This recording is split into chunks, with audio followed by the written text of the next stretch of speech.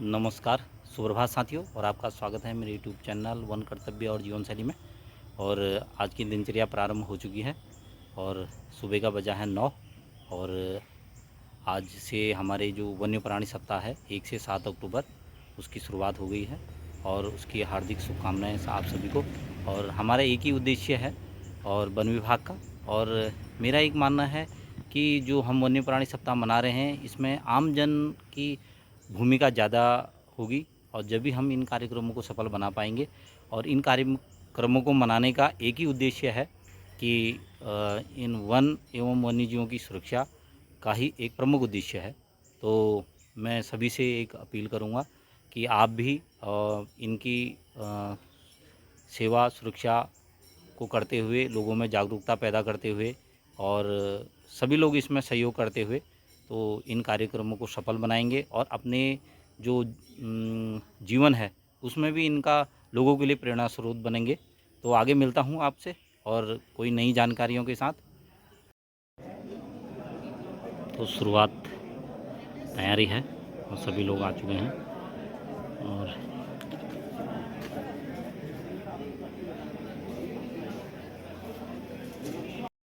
तो आज जो हमारी कार्यशाला है ये है वाइल्ड लाइफ वीक की 2023 की। तो ये हमारे जो कॉर्बेट फाउंडेशन है, द कॉर्बेट फाउंडेशन ढिगुली, तो उनके सौजन्य से तो ये है बलचर पर आधारित है, जिसे गिद्ध कहते हैं। तो इनकी जो इनका संतुलन है ये भी हमारे पर्यावरण में बहुत भूमिका निभाते हैं, महत्वपूर्ण भूमिका निभाते हैं। तो इनका होना भी बहुत ज़रूरी है। तो इसी विषय पर एक चर्चा है और तो ये ओकेजन भी अच्छा है। तो सारा स्टाफ वगैरह आ गया है, तो तैयारियां हैं।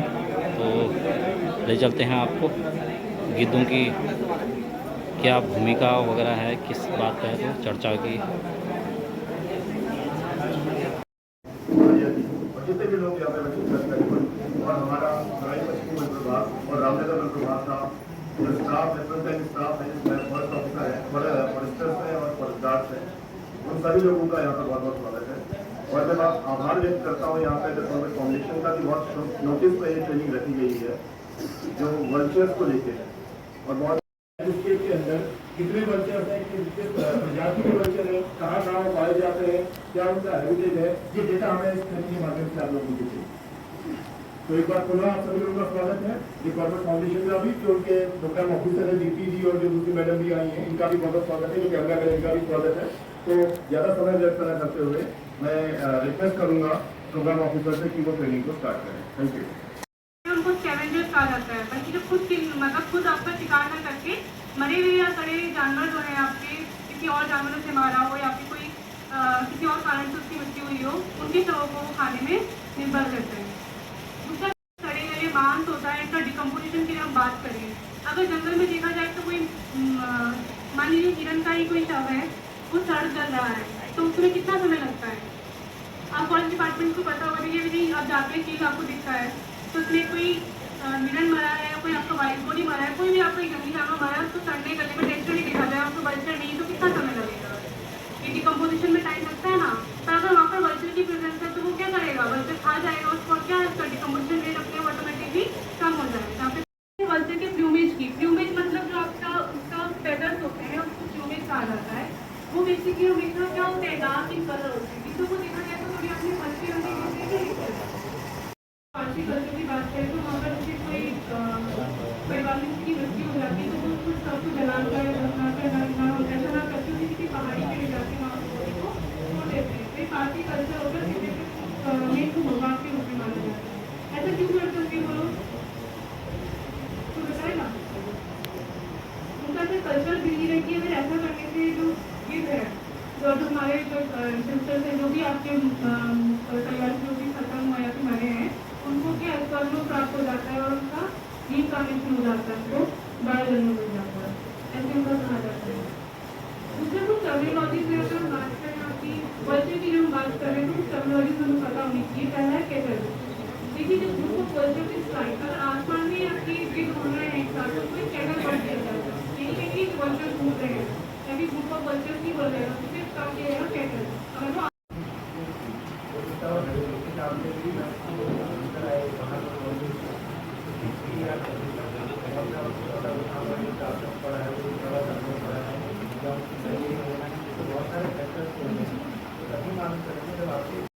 ये जो आपकी जो महाराज का है आपका एक इधर आइटम ये 50 है या 65 है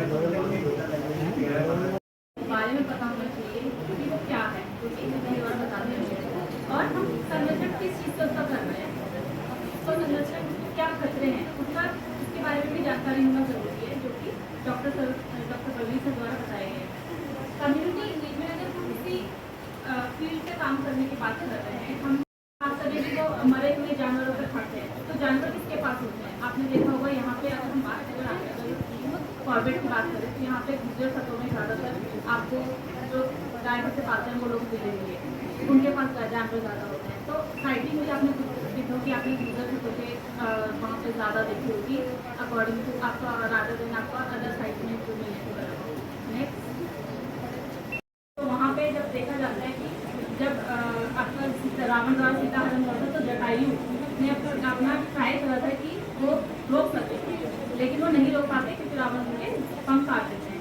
हमारा कल्चरल बिलीफ से गिद्धों के संरक्षण को जोड़ने का एक लिंक करेंगे तो उससे क्या होगा, एक आपका इमोशनल बॉन्ड तैयार होगा। और ह्यूमन बीइंग द्वारा अटैक होता है, ताकि अपने उनका माइंडसेट ये नहीं है कि वो कल्चर को मारना चाहते हैं या ऐसा कुछ है, उनका माइंडसेट ये है कि उनके जो जानवर है उनका दर्द है। बट वो क्या हो रहा है कि आपका वो इंटेंशनली वो कल्चर से सेफ नहीं है, वो आपका जो आपके जानवरों की बॉडी में नाइट्रोजन है कि अगर 0.4% भी है तो उससे कैपेसिटी इतनी है कि 90% खत्म कर सकता है।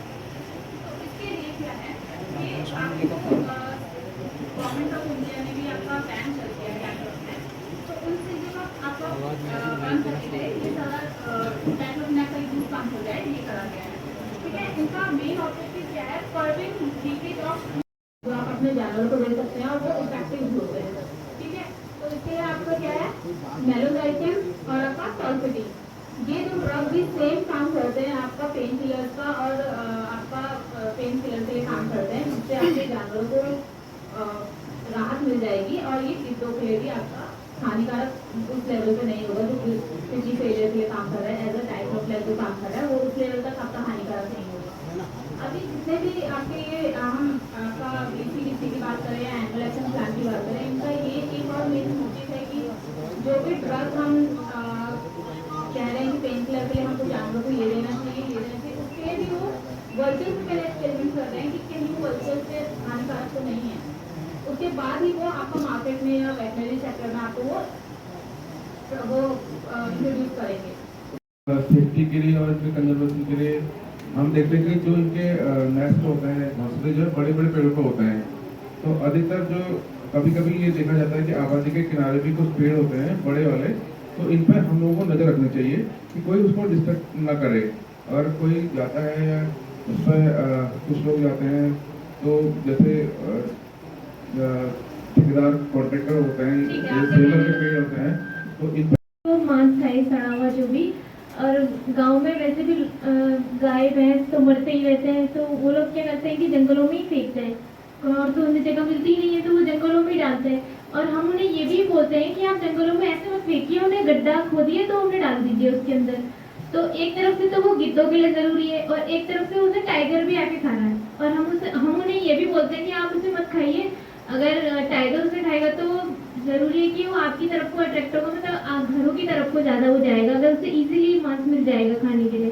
तो उसके लिए क्या किया जा सकता है, हम उसे गिद्धों के लिए जो सेव करेंगे या फिर उनको मना करेंगे, क्या करेंगे, ये क्वेश्चन।